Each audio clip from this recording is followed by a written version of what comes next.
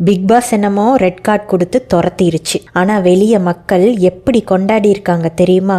இது ஒரு சாதாரண செலிப்ரேஷன் இல்லைங்க, நாட்டாம தீர்ப்பை மாத்தி சொல்லு அப்படிங்கிற மாதிரி தான் இருக்கு. பிக் பாஸ்ல எல்லாரும் டைட்டிலை பத்தி பேசலாம், ஆனா வெளியே ஷோ முடிஞ்சதுக்கு அப்புறம் என்ன நடக்குது அப்படிங்கறதான் உண்மையான சக்சஸ். இந்த சக்சஸை தான் கமருதீன் இப்ப எக்ஸ்பீரியன்ஸ் பண்ணியிருக்காரு.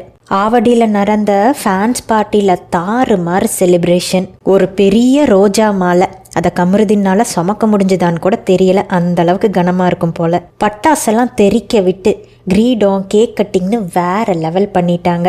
கமருதீனை சுத்தியும் கேமராக்கு நடிக்கிறவங்க இல்ல, பியோர் ஜாய், ரியல் ஃபேன்ஸ். கமருதீனுக்கு செம்ம சந்தோஷம், அவர் முகத்திலேயே அதை நல்லா பார்க்க முடிஞ்சுது. ஒரு ஃபேன் வந்துட்டு சொல்றாரு, ப்ரோ பார்வதியை விட்டுறாதீங்க ப்ரோ அப்படின்னு.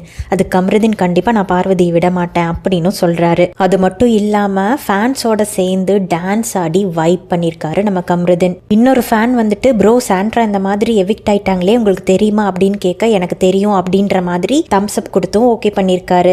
ரெட் கார்டு வாங்கி எவிக்ட் ஆனாலும் இந்த ஃபேன்ஸ் மீட்ல கமருதீன் ரொம்பவே சந்தோஷமா தான் தெரியுறாரு.